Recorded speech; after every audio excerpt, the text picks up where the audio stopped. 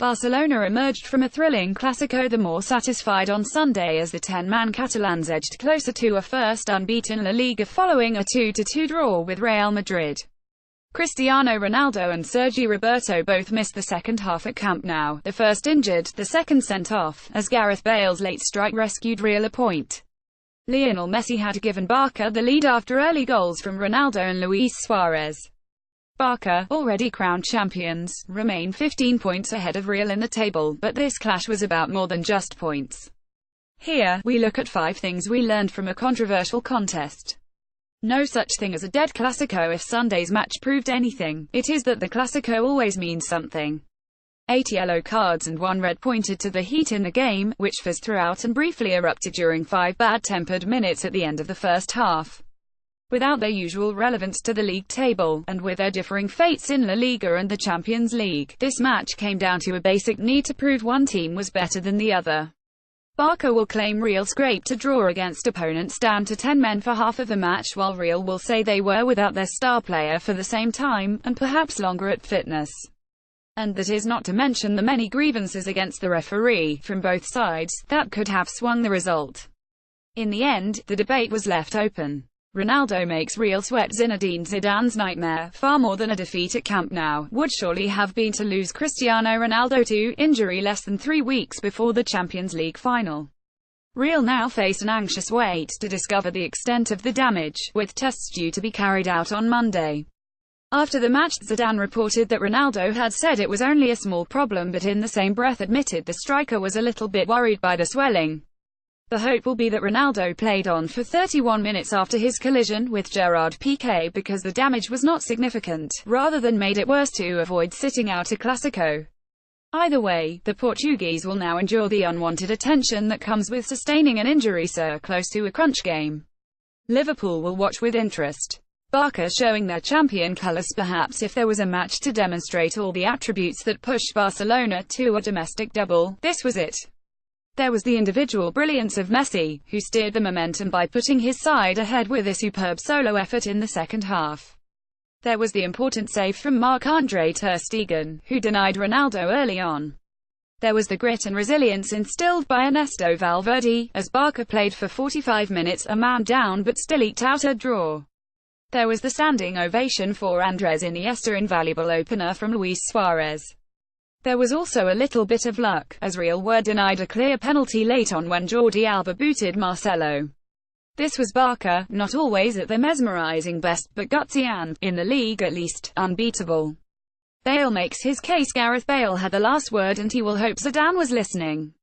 After being left on the bench for both semi-final legs against Bayern Munich, and taken off at half-time against Juventus, Bale is most likely to start the Champions League final against Liverpool as a substitute. He has 3 more games to change Zidane's mind, and this was a decent start. His goal, a left-footed curler into the top corner, reminiscent of the forward at his sensational best. But it was not all plain sailing for Bale, who was lucky not to be sent off for thrusting his studs into Samuel Umtiti's calf and, for large spells, was a bit of a bystander out wide. This was Bale's 15th goal in 24 games this year, an impressive record, but perhaps Zidane was left still wanting more.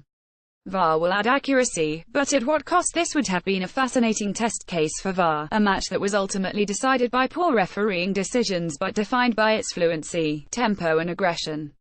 La Liga will introduce video technology next, and Zidane, rather pointedly, said, "Then we'll see how a match like this turns out." But the bad calls hindered both teams. VAR might have ensured Real were awarded a late penalty. Bale was sent off, Suarez penalized before Messi's goal, and a second Suarez goal, ruled out for offside, stood. But would the game have been better for it? Perhaps more accurate, but the stoppages would also have killed its rhythm. This match showed why VAR can be valuable but cannot be intrusive. Kylian Mbappé and Christian Pulisic are among the top 98 players born since 1998, according to Italian newspaper Gazzetta dello Sport.